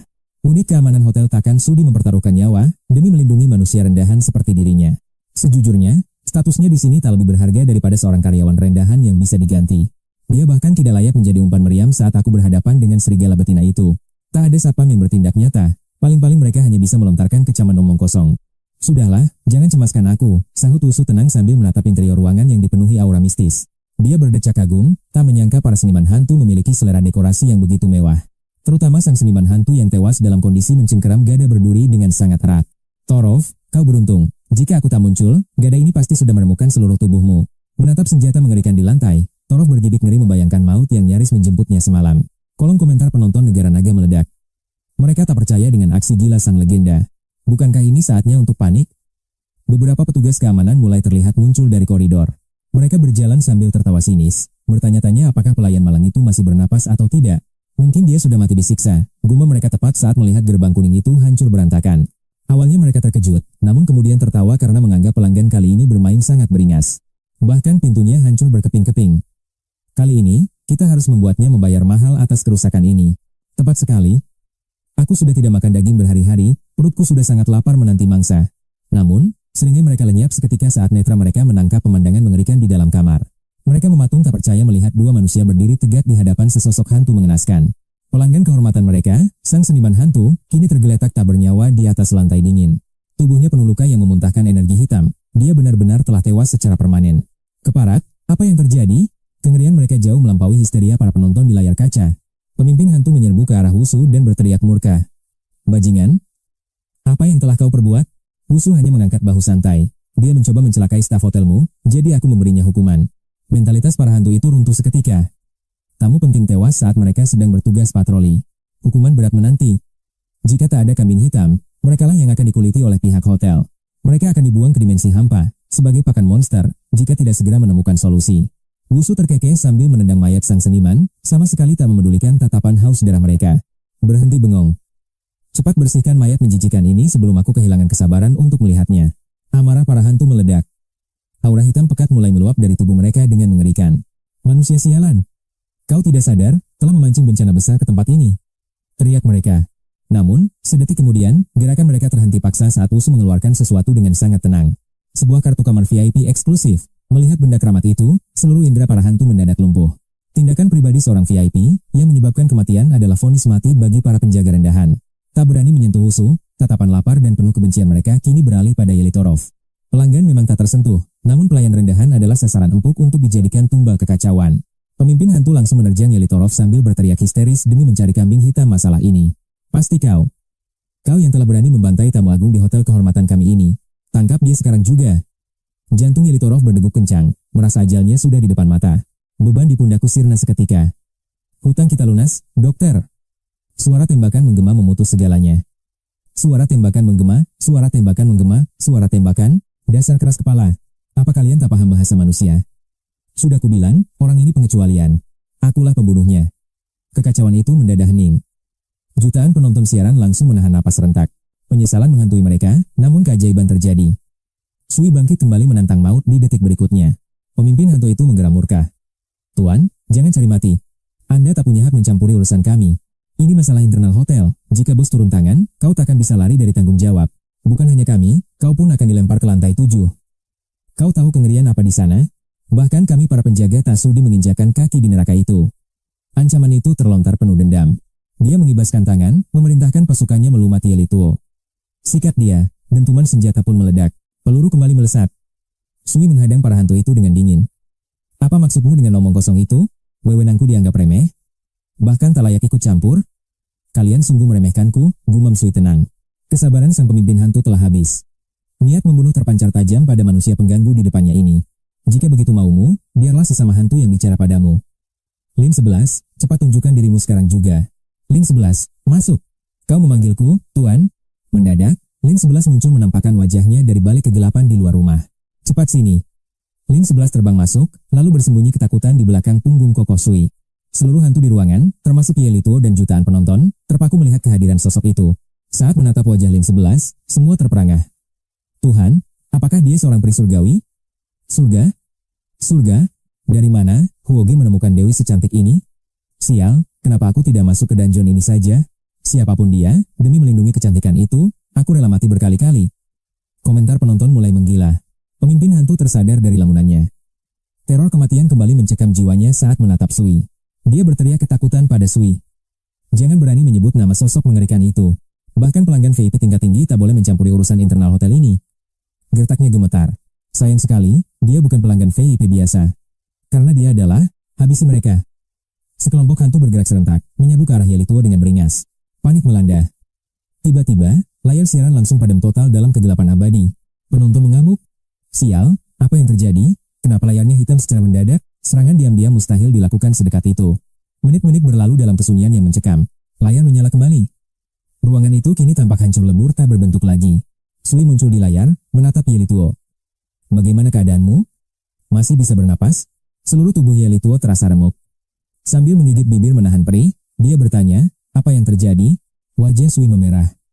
Maaf, tadi situasinya benar-benar sangat mendesak. Dia melempar 2 granat tepat di depan wajah mereka. Sui selamat, tapi Yelituo tidak. Jarak dekat itu membuatnya pingsan seketika. Beruntung, nyawanya masih tertolong dari maut. Melihat pemandangan mengerikan itu, Yelituo gemetar hebat hingga nyaris tersungkur ke lantai lagi. Sui, jelaskan padaku. Apa yang sebenarnya terjadi di sini? Sui mengangkat bahu santai. Entahlah, begitu aku menoleh, mereka sudah tewas. Yelituo tak berani bertanya lagi, dia memilih bungkam 1000 bahasa. Terima kasih. Sama-sama. Jika senggang, tolong berikan aku imbalan. 10 atau 80.000 poin monster sudah cukup. Sui menyeringai dengan wajah tak tahu malunya. Penonton tak tahan lagi untuk berkomentar. Bung, apa kau sendiri percaya dengan bualanmu itu? Bahkan hantu pun tak akan percaya. Dasar kakek tua bangka yang licik. Sangat kejam tapi mempesona. Apa peri tadi yang beraksi? Sepertinya begitu. Lihatlah kedua mayat itu, tak ada bekas luka tembakan sama sekali. Begitu mereka melangkah keluar kamar, seluruh penonton menahan napas dalam ketegangan yang luar biasa. Nafas mereka tercekat. Seluruh koridor kini dipenuhi oleh barisan makhluk aneh yang mengerikan. Pemimpinnya adalah monster berkepala gagak, menggenggam sebilah pisau dapur berkarat yang sangat besar. Situasi ini benar-benar gila. Kepala keamanan turun tangan langsung. Ini sudah di luar batas. Ini benar-benar keterlaluan. Sebenarnya sehebat apa tingkatan level kepala keamanan itu? Dia adalah makhluk aneh puncak level S. Hanya selangkah lagi menuju level 2 kali S. Dengan aura yang begitu menekan, kekuatan kirin api sekalipun mungkin takkan ada gunanya. Temanku terluka, cari hantu untuk merawatnya, ucap kepala keamanan itu dengan nada dingin. Sambil mengayunkan pisaunya, seorang penjaga hantu wanita segera maju demi membantu Yeli. Tenang saja, Tuan Su, sial. Apa yang sebenarnya direncanakan oleh Huoge kali ini? Aku pasti sedang bermimpi. Pemandangan tak masuk akal ini benar-benar mustahil terjadi. Apa yang sebenarnya terjadi? Kejadian ini benar-benar melampaui logika seluruh penonton yang melihatnya. Tak ada yang berani percaya, namun kalimat selanjutnya justru membuat mentalitas semua orang hancur. Tuan Su, Nona Lin sedang menunggumu di kamar. Seketika suasana menjadi sangat gempar. Sui menjawab dengan acuh tak acuh. Aku tahu. Pastikan kalian menjaga area ini. Jika tidak, aku sulit menjelaskannya pada bos. Baik. Kami takkan membiarkan siapapun keluar. Ekspresi tidak rela di wajah Sui benar-benar membuat iri seluruh penonton di sana. Sobat, reaksi macam apa itu? Kau akan berada di ruangan yang sama dengan Lin 11. Dasar bocah beruntung. Namun sebuah komentar di layar membuat semua orang merasa sangat terpukul. Mobil yang tak ingin kau kendarai justru menjadi impian orang lain untuk sekadar menyentuhnya. Sui menghilang dari pandangan, ia menghela napas panjang sepanjang jalan menuju kamar 423. Begitu melangkah masuk, ia terpaku melihat penampilan Lin 11 dengan rambut yang sangat acak-acakan. Sui tertegun menatap sosok Lin 11 di depannya. Kau? Baru saja mandi? Lin 11 menatapnya dengan penuh kekesalan. Ini semua salahmu. Darahnya terciprat ke seluruh tubuhku. Lain kali jika ingin menyerang, bisakah kau memberitahuku agar aku bisa bersiap-siap? Sui menghela napas lalu duduk di sampingnya. Penjaga itu melarangku untuk keluar dari sini. Lalu bagaimana cara kita menjual senjata dan perlengkapan pada makhluk-makhluk aneh lainnya? Lin 11 cemberut. Kenapa di otakmu selalu saja terpikir cara untuk merampok orang lain? Merampok? Mengambil tanpa memberi itu baru merampok. Bukankah aku selalu memberikan barang? Tapi 9 dari 10 kali kau tak benar-benar memberi. Sui hanya tersenyum tipis. Ia merebahkan kepalanya di pangkuan Lin 11, mulai merenungkan kembali setiap kejadian yang baru dialaminya. Ini adalah kebiasaan lamanya sejak berbisnis api, selalu mengevaluasi setiap kesepakatan besar yang dilakukan. Di saat senggang, ia terus berpikir bagaimana cara melakukan segala sesuatunya dengan lebih sempurna. Sebenarnya ia tak perlu berdebat dengan Satpam. Cukup tunjukkan identitas Lin 11 saja. Sebagai pelanggan VIP yang sangat terhormat, berita kehadirannya membuat Kapten Satpam langsung bertindak. Sang kapten bahkan menghabisi 2 satpam pengganggu yang berani menghalangi jalan mereka menuju lantai 6. Pada akhirnya, Sui hanya perlu melemparkan 2 buah granat tangan untuk menyelesaikan masalah. Jalur berjualan di lantai 4 kini terbuka lebar berkat status VIP yang ia tunjukkan. Masalah sepele ini takkan serumit itu jika ia bertindak lebih awal. Sui memeluk paha Lin 11. Paha seorang dewi memang luar biasa. Tidak hanya putih mulus namun juga sangat harum. Tubuh Lin 11 sedikit bergetar. Sui, bisa bantu aku memasukkan cakram ini? Dengan enggan, Sui melepaskan pelukannya dan menatap pemutar DVD di bawah televisi. Muncul keraguan aneh dalam benaknya. Mengapa benda modern seperti ini ada di dunia terkutuk? Apakah ada sutradara misterius yang berjualan di sini? Sui pun mulai mencari kasetnya. Saat melihat isi laci, ia seketika mematung. Cakram macam apa yang sedang kau tonton ini? Wajah Lin 11 langsung memerah padam karena malu. Aduh, apa yang kau lakukan sebenarnya? Sui bersusah payah mencari koleksi film horor klasik asal Inggris bagian pertama. Pilihan jatuh pada mahakarya zombie Britania lama saat layar mulai menyala. Aura mencekam seketika menyelimuti ruangan begitu sosok mayat hidup kerajaan muncul. Ketakutan hebat membuat Lin 11 langsung menerjang pelukan Sui sambil gemetar. Sungguh ironis melihat hantu pengisap nyawa justru ketakutan menyaksikan adegan zombie. Dia mendekap erat, fenomena hantu takut zombie benar-benar pemandangan yang langka. Bagaimana mungkin hantu takut zombie? Jika berani, coba buka matamu sekarang. Mataku hanya perih, kilahnya besi kelopak matanya tetap tertutup rapat karena ngeri.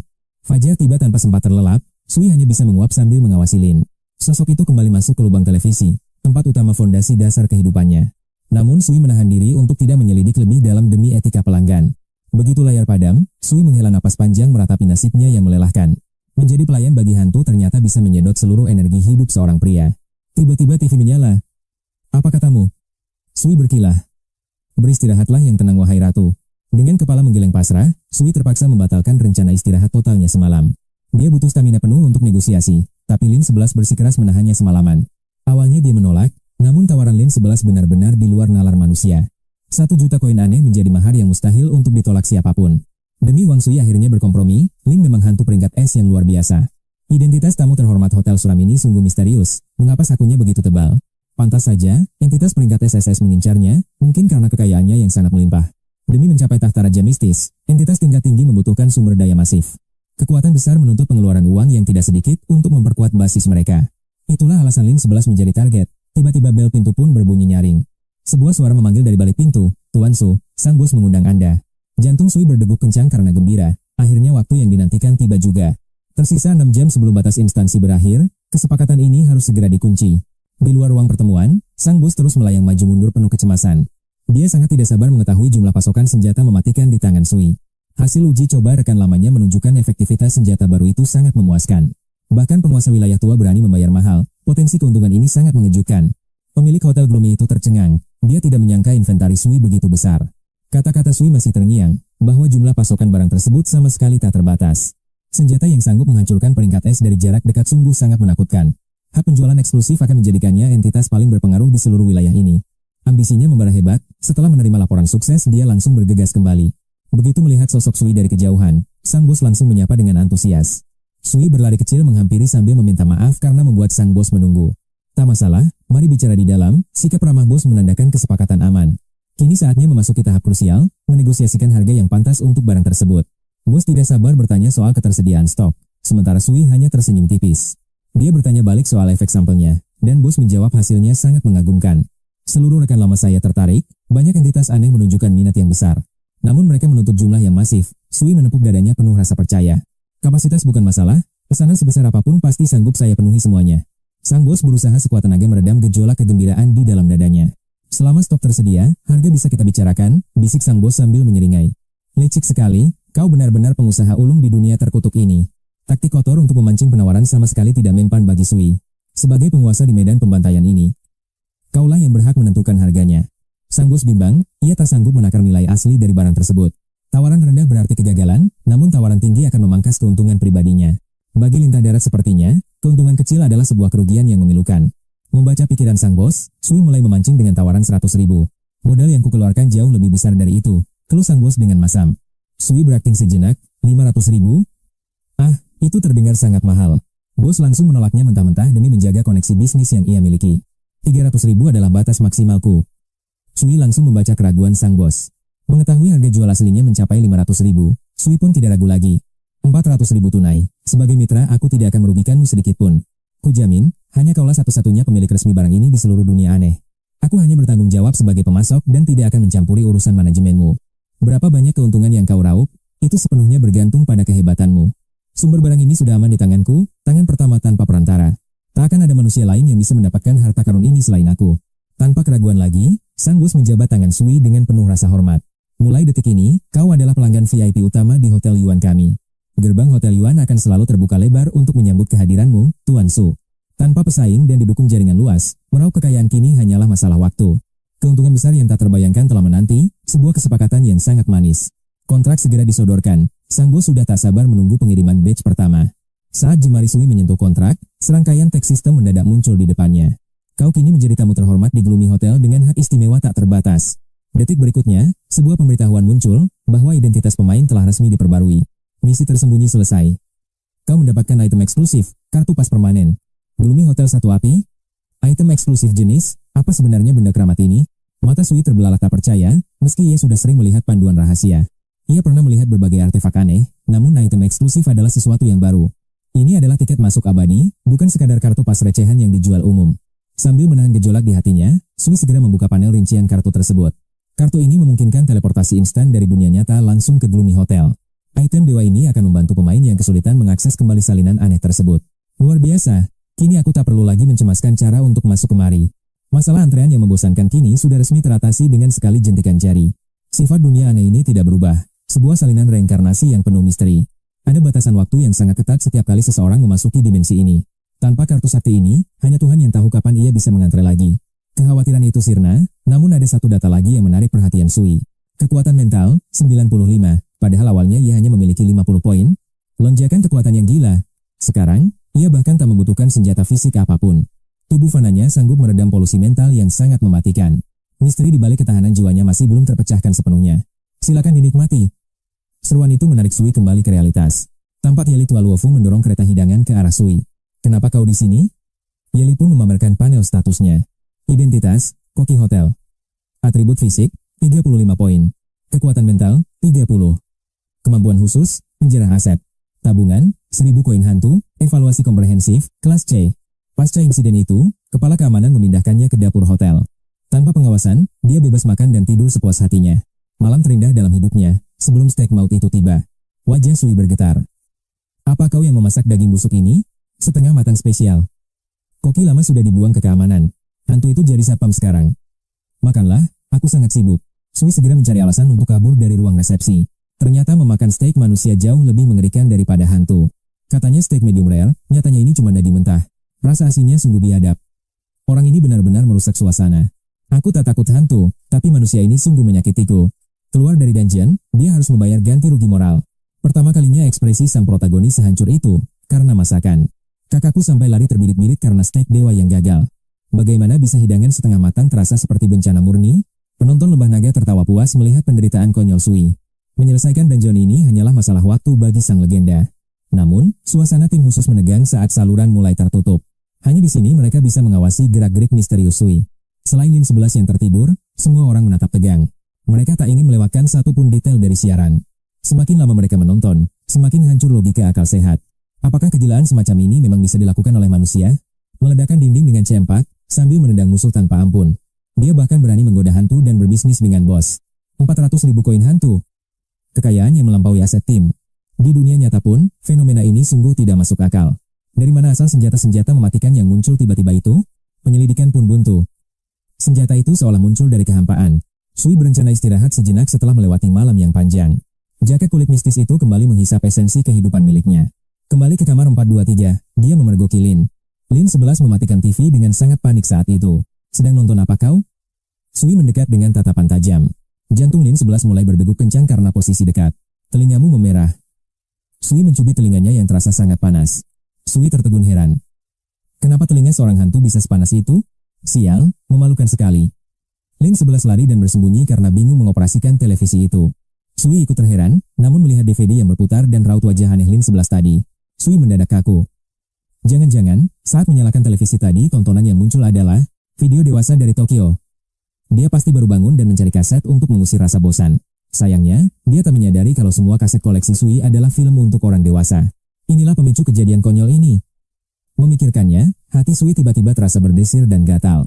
Jika benar begitu, mungkinkah hantu juga punya hasrat? Tepat saat dia hendak beranjak pergi.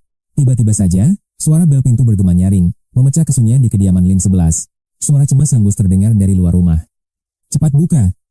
Aku datang membawa kabar. Begitu pintu terbuka, sang bos melayang masuk dengan antusias. Sui, ada peluang bisnis besar. Berapa banyak? 100 unit. Ini benar-benar pesanan gila dalam jumlah yang sangat besar. Satunya 400.000, totalnya 40 juta. Gudang senjata bawah tanah bisa segera terbuka. Kapan dibutuhkannya? Sekarang? Bayar uang muka sebesar 70% dari total pembayaran. Sisanya setelah pelanggan memeriksa barang. Ayo Sui, jangan biarkan peluang emas ini melayang. Ikutlah mengambil uangmu. 70% berarti 28 juta koin emas murni. Bahkan sang bos tak mungkin membawa uang tunai sebanyak itu di dalam saku jubahnya. 100 bom seempat menumpuk bak gunung maut. Mata sang bos berbinar penuh gairah melihatnya. Saldo sistem Sui melonjak tajam. 28 juta koin, awal yang benar-benar luar biasa. Pelanggan adalah raja. Saat ini, bagi Sui, sosok sang bos adalah raja yang paling utama. Permintaan sekecil ini tentu mudah dikabulkan. Sui segera bersiap di sisi sang bos sekarang. Tentang peledak ini. Kalimat sang bos mendadak terputus. Dia berhenti di tengah jalan. Maksudmu bom sempat? Sang bos mengibaskan jubah hitamnya dengan semangat yang membara. Aku belum paham cara operasinya. Aku ingin mengenalkanmu pada temanku, auranya berbeda dariku. Koneksi dan statusku saat ini adalah berkat fasilitas khusus di dalam hotel Gloomy ini. Dia mampu mengendalikan batu mistis. Jika kita membuatnya terkesan, klien besar akan menanti kita. Meski kuat, sang bos buta akan teknologi senjata. Dia tak mampu memamerkan potensi maksimalnya. Itulah alasan dia mengandalkan bantuan Sui. Hanya Sui yang paham cara kerja senjata mematikan itu. Ledakan sebelumnya bahkan membuat entitas tingkat SSS miliknya menderita luka yang cukup serius. Tanpa perlindungan hotel Gloomy, dia pasti hancur. Sui menepuk. Dadanya penuh rasa percaya diri. Tenang saja, bos. Menangani senjata adalah keahlian utamaku yang paling mutakhir dan legendaris. Di dunia nyata, dia merangkak dari nol, membangkitkan kejayaan keluarganya yang dulu terasingkan. Dari rakyat jelata, hingga menjadi sang raja senjata, dengan kualitas tempur yang tak tertandingi. Teknik penjualannya luar biasa. Menjelaskan sempat pada hantu awam hanyalah masalah sepele baginya, bukan rintangan berarti. Namun, setelah 1 jam berlalu, kegelisahan mulai merayapi hati Sui. Bos, waktu dungeon tersisa kurang dari 3 jam. Kapan klien besar itu akan menampakkan diri? Waktu kian menipis. Sui belum pernah menguji batas waktu izin masuk ke wilayah terlarang ini. Jika melampaui batas, dia terancam tidak bisa kembali ke keamanan hotel Gloomy tepat waktu. Setelah melayang gelisah di sudut gudang, sang bos akhirnya membuka mulutnya untuk bicara. Sabar, anak muda. Sosok legendaris itu akan segera tiba di hadapan kita sekarang juga. Paling lama 1 jam baginya untuk melintasi perbatasan wilayah kekuasaannya menuju ke tempat ini. Tiba-tiba, seorang pelayan hantu merangsek masuk dengan tergesa mencari keberadaan sang bos di gudang. Dia membisikkan sesuatu yang krusial sebelum mendadak bungkam 1000 bahasa di hadapan Sui. Hantu itu pergi seketika. Sui, Ada masalah. Sang bos tampak ragu memulai pembicaraan penting. Langkahnya terhenti. Melihat gelagat aneh itu, firasat buruk mulai merayapi hati dan pikiran Sui. Jantungnya berpacu. Mungkinkah transaksi ini terancam batal? Padahal pembayaran awal sudah diterima sepenuhnya. 30% sisa proyek ini bisa jadi masalah besar jika klien menolak. Gunung belakang itu menyimpan aura mencekam, bahkan sang bos pun terlihat sangat ragu. Sui, ketahuilah mesti gunung belakang adalah wilayahku, aturannya jauh berbeda di sana. Kekuatan hotel ini tidak menjangkau area itu, artinya ancaman maut tidak bisa ditekan. Insting membunuh mereka bisa lepas kendali tanpa hambatan, itulah yang membuat bos bimbang. Di dalam hotel, keselamatanmu terjamin 100% di bawah perlindunganku sepenuhnya. Namun di gunung belakang, kepastian itu lenyap di telan kegelapan yang tak terduga. Aku bisa menahan anak buahku, tapi siapa yang menjamin keselamatanmu dari serangan luar? Aku tak akan memaksamu mempertaruhkan nyawa, jika kau memang belum siap melangkah. Ini urusan nyawa, dan aku tak ingin kehilangan mitra berharga hanya karena kecerobohan. Tak disangka, Sui justru mantap menggelengkan kepala dan memilih untuk tetap maju. Ambisi menjadi raja senjata di dunia penuh anomali ini menuntut keberanian yang mutlak. Jika terus bersembunyi di balik bayang perlindungan, gelar terkuat hanyalah mimpi kosong semata. Keraguan sang bos seketika sirna melihat bara semangat yang menyala di mata Sui. Keberanianmu luar biasa. Pengorbanan ini akan kubayar dengan imbalan yang sangat setimpal. 5 juta koin aneh akan menjadi upahmu setelah misi berbahaya ini tuntas diselesaikan. Gunung belakang kini dipadati ratusan entitas mengerikan yang siap menerkam dari kegelapan. Monster kelas S bertebaran di mana-mana, bahkan beberapa di antaranya mencapai level 2S. Pasukan maut itu berdiri dalam formasi sempurna, menanti kedatangan sang tamu dengan sunyi. Rombongan bos dan tim keamanan segera bergerak menembus kelebatan hutan gunung belakang. Bagi bos, keselamatan Sui adalah harga mati yang tak boleh ditawar sedikit pun. 80% pasukan elit dikerahkan untuk menjaga Sui dari segala sudut serangan. Kapten tim keamanan level 2S ditugaskan sebagai pengawal pribadi yang tak terpisahkan. Instruksi sudah jelas, bawa Sui kembali ke hotel secepat mungkin jika situasi memburuk. Sang bos melangkah maju menemui sosok kambing gunung tua yang telah lama menunggu. Menjaga kiriman berharga ini sendirian sungguh melelahkan. Hahaha, aku segera kemari. Sui menatap tajam ke arah suara parau yang memecah kesunyian. Sesosok makhluk kerdil muncul sambil menggenggam sebilah tongkat kayu misterius. Entitas berkepala kambing itu melangkah perlahan, memancarkan aura kegelapan yang menyisakan dada. Sui gemetar hebat saat merasakan hawa iblis murni yang menyelimuti tubuh kecil itu. Daya tekanannya sedalam jurang maut, melampaui logika penampakan fisiknya yang rapuh. Siapa sangka sosok mungil ini adalah pemimpin pasukan iblis yang ditakuti dunia bawah. Iblis kambing itu terus bergumam, matanya kini terpaku tajam pada sosok Sui. Tatapan mereka beradu, seketika pupil horizontal si iblis berubah menjadi tanda salib terkutuk. Sui merasa seolah gunung raksasa menghimpit bahunya, meski ketakutan mulai merayapi jiwanya. Dia membalas tatapan itu dengan nyalang, menolak untuk tunduk pada tekanan mental. Sedikit saja tekadnya goyah, aura iblis itu akan melahap kesadarannya dalam sekejap mata. Hawa keberadaan yang mengerikan itu sanggup menghancurkan mental manusia biasa dalam sekejap. Ketegangan maut itu berlalu singkat saat sang kambing memalingkan wajahnya kembali. Sui jatuh tersungkur menahan sakit. Kapten keamanan sigap merangkul tubuhnya yang lemas. Napasnya berangsur stabil setelah memuntahkan beban berat yang menyisakan dadanya tadi. Aku baik-baik saja, tapi tolong jangan biarkan Luofu menyentuh dapur lagi. Kapten terheran. Apa Sui benar-benar masih bisa bercanda sekarang? Bertahan dari tatapan iblis maut tanpa kehilangan kewarasan adalah sebuah keajaiban besar. Suasana di lapangan luas gunung belakang kini semakin mencekam dan penuh misteri. Tamu terhormat, saksikan mahakarya ini, bom C4 daging yang mematikan. Disebut C4 daging karena senjata maut ini tercipta dari jaringan otot hidup. Di sampingnya berdiri sang bos, ditemani iblis berkepala kambing yang mengawasi tajam. Sui menjelaskan penuh gairah, tak gentar sedikit pun menghadapi entitas tingkat SSS. Tanpa gentar, dia nekat menelan bom hidup-hidup demi sebuah misi rahasia. Ribuan nyawa telah melenyap di tangannya, menjadikannya sosok yang sangat haus darah. Banyak lawan tumbang hanya lewat tatapan, kini sang iblis bersiap melenyapkan Sui.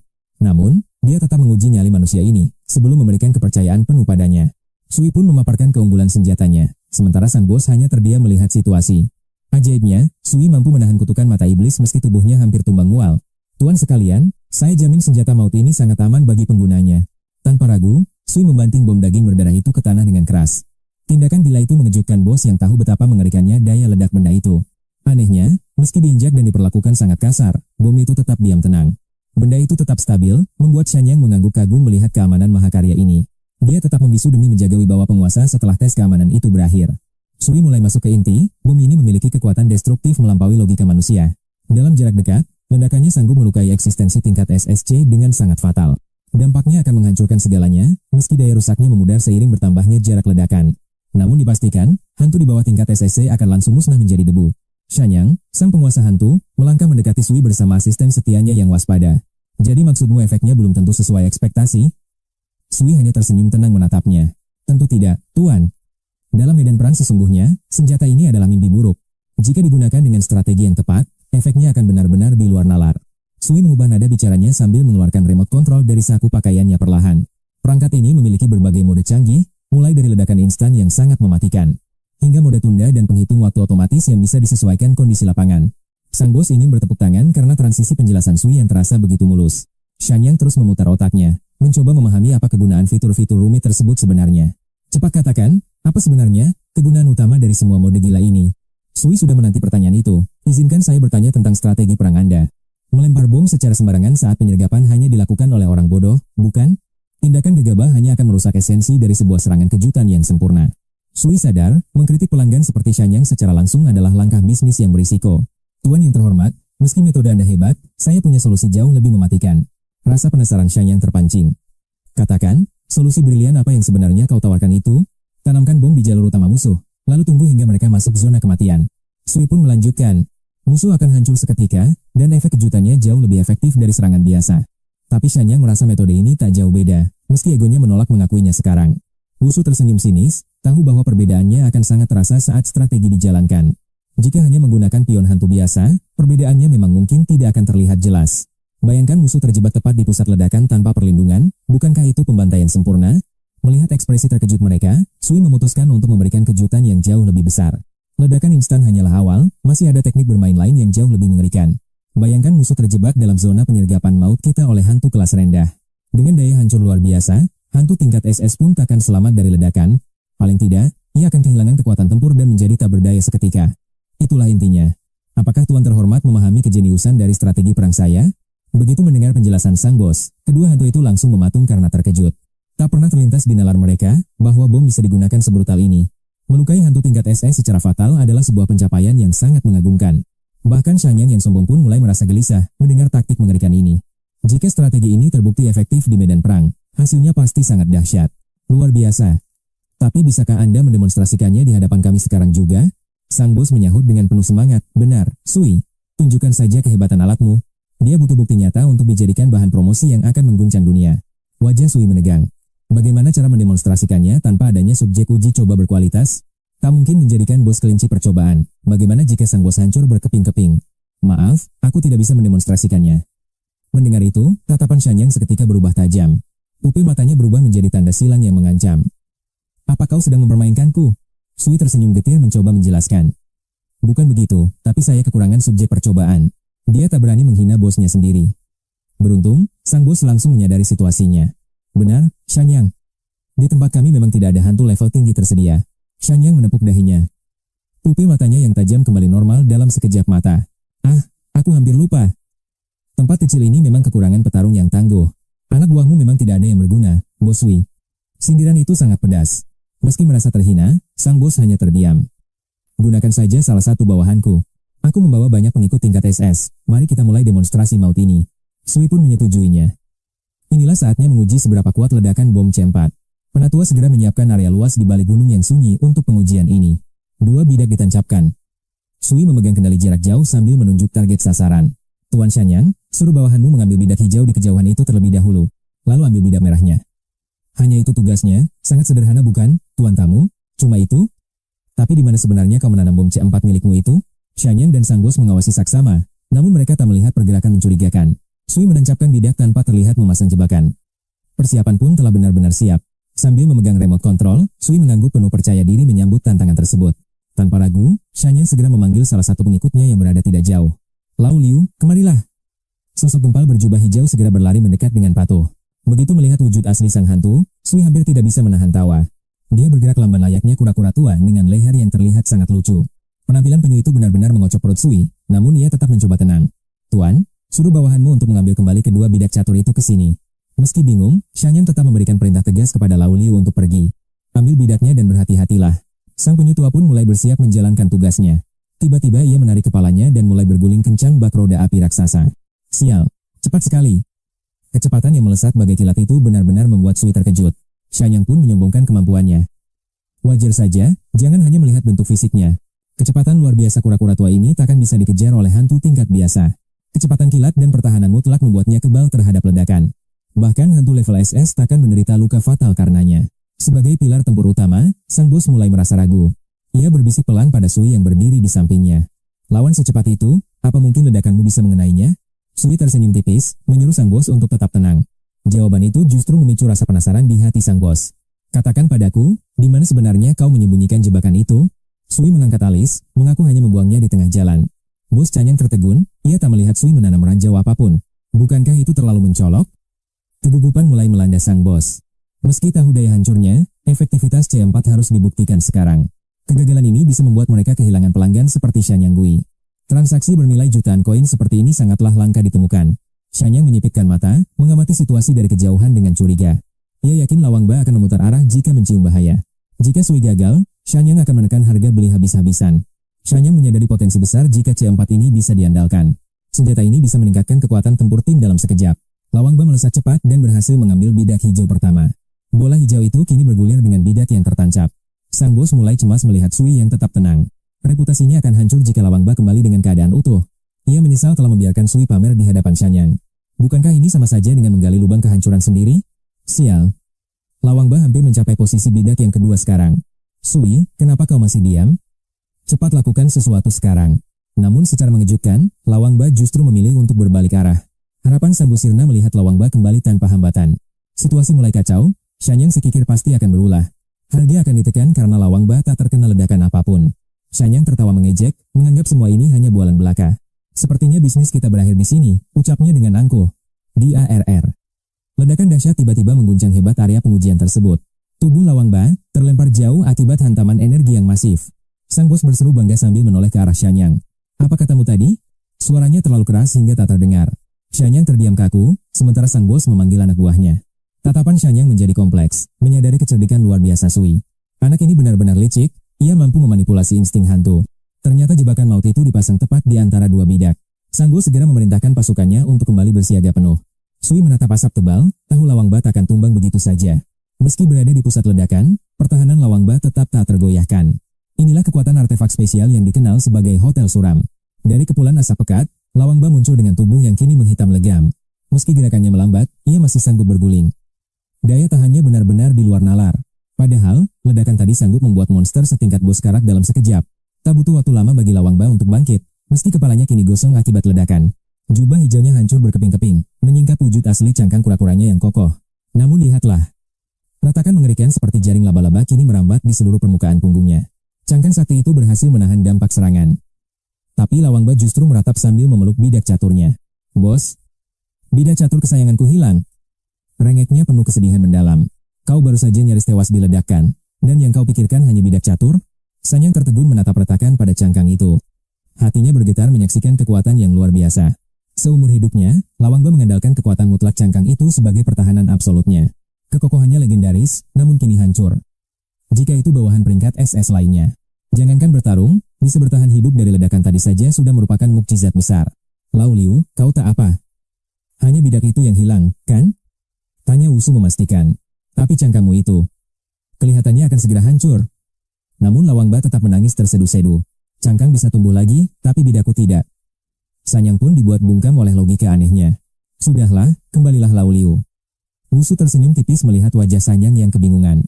Bagaimana, tamu terhormat? Puas dengan daya hancur C4 kami? Cukup mengesankan. Shanyang mengangguk. Efek satu unit saja sudah memicu kekacauan mengerikan di medan perang. Jika dikerahkan dalam jumlah besar, kehancuran yang ditimbulkan pasti akan jauh lebih dahsyat. Apalagi pengoperasian C4 ini sangat mudah. Cukup gunakan bawahan yang setia dan bermata tajam. Sekali tekan tombol, segalanya tamat. Tapi, apakah mode lain memiliki efek serupa? Shanyang penasaran. Jika ledakan sinyal semudah ini, lalu bagaimana dengan mode lainnya? Kapan mode batu harus digunakan?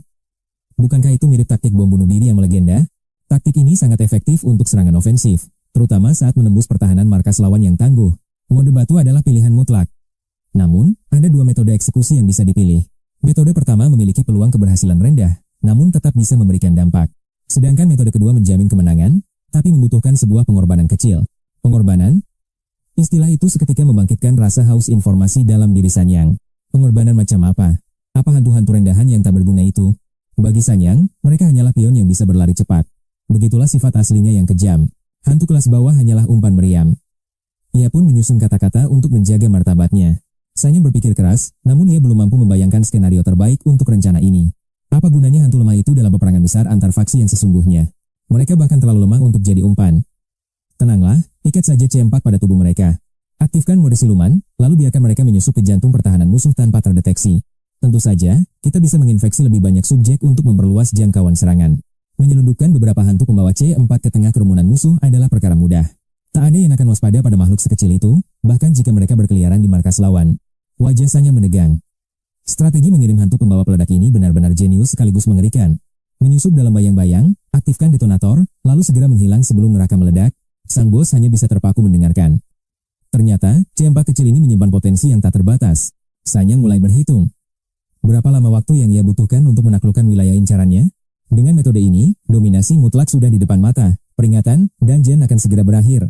Segera menuju titik evakuasi untuk teleportasi. Kegagalan mematuhi waktu akan berakibat diskualifikasi. Sistem berbunyi tiba-tiba. Sui menyadari sisa waktu instans hanya 30 menit. Bos, waktuku habis. Aku kembali ke hotel dulu, bos pun mengangguk setuju.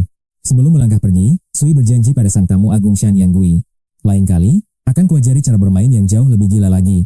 Sui meninggalkan gunung belakang sementara Shan Yanggui melambai dengan ramah.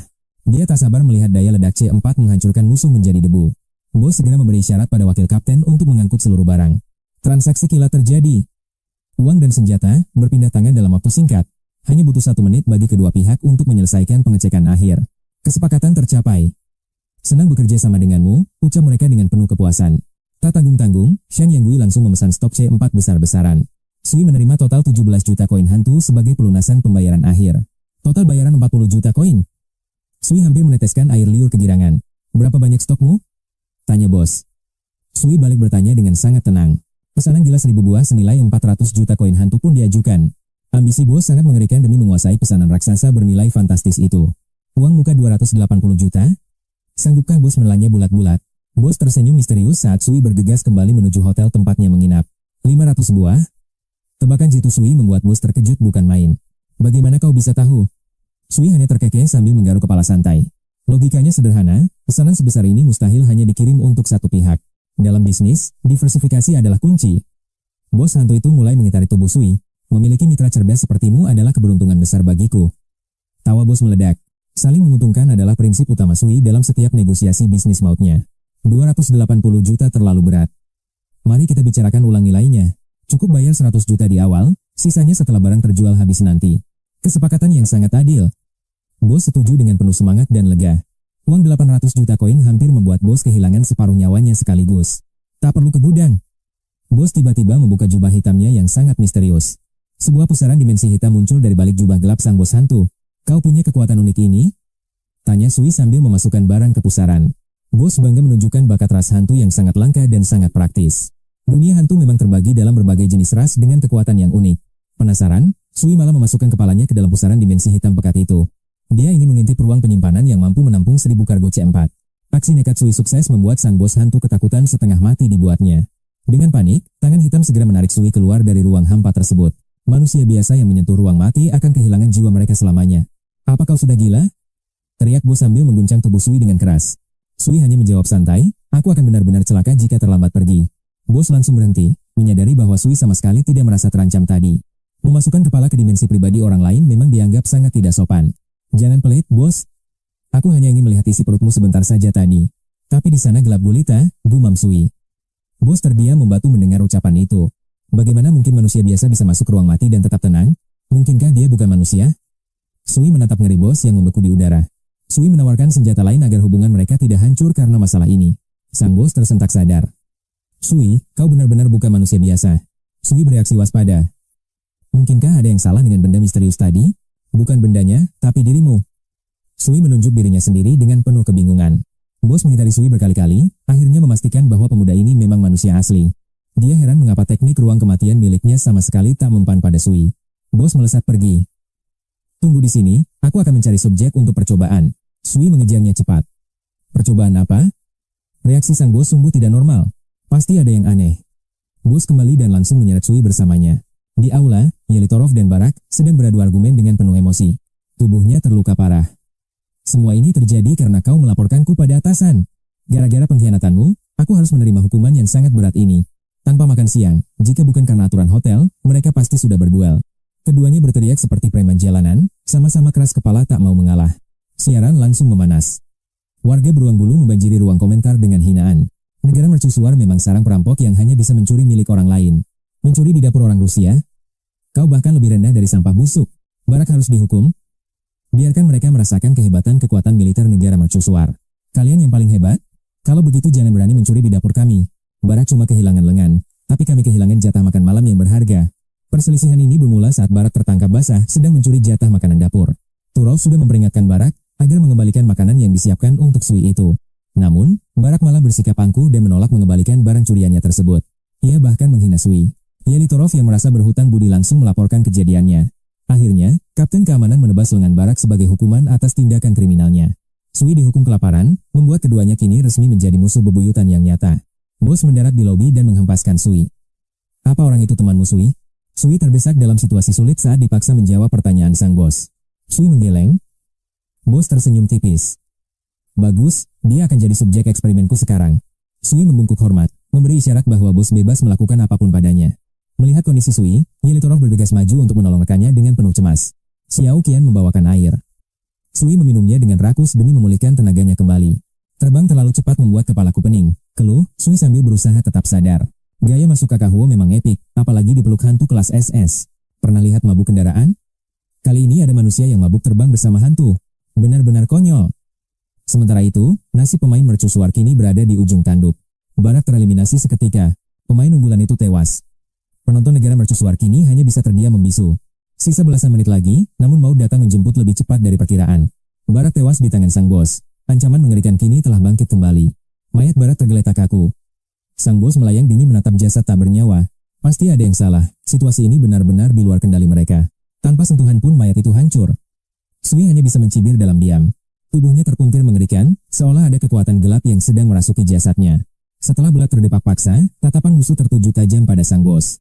Mungkinkah tersedot oleh patroli? Sang bos pun mendekat dengan rasa penasaran. Sambil mencubit pipi Wusu, dia heran mengapa pemuda ini tetap selamat. Mustahil. Baik manusia atau hantu seharusnya musnah jika tertelan pusaran itu. Mungkinkah kekuatan mental Wusu telah melampaui batas logika dunia ini? Wusu menolak tegas. Eksperimen gila ini hampir saja melahap jiwanya mentah-mentah. Andai tahu patroli itu pemakan sukma, dia tak akan berani senekat itu. Para penonton terperangah, mereka baru saja menyaksikan sebuah anomali yang mustahil. Kabut hitam mematikan itu kini tak berdaya di hadapan sang protagonis. Sang bos mendesaknya kembali, penasaran akan rahasia di balik ruang kematian. Biasanya, dimensi itu hanyalah tempat penyimpanan atau senjata penghancur musuh. Baru kali ini ada makhluk yang masuk ke sana dan tetap utuh. Cukup. Wusu segera mengalihkan pembicaraan untuk mencari keberadaan Lin 11. Berkat nama Lin 11, Wusu akhirnya lepas dari cengkeraman maut sang bos. Namun tiba-tiba dia berbalik, bertanya tentang kapasitas maksimal pusaran dimensi itu. Sang bos menggeleng pelan, luasnya ruang itu masih menjadi misteri besar. Sayang sekali, potensi ruang kematian itu belum terukur secara pasti. Waktu sangat mendesak, atau Wusu pasti sudah melakukan eksperimen gila lainnya. Dia berhayal bisa menjadikannya gudang pribadi di dunia yang penuh keanehan. Tiba-tiba, dia melihat Xiao Qian sedang melahap kepala belag dengan rakus. Wajah Sui berkedut ngeri menyaksikan pemandangan mengerikan yang di luar nalar. Hentikan. Jangan memakan sampah sebanyak itu jika tak ingin perutmu bermasalah. Sui menarik paksa kaki belag, mencoba menyelamatkannya dari mulut monster itu. Xiao Qian berhenti sejenak, beralasan bahwa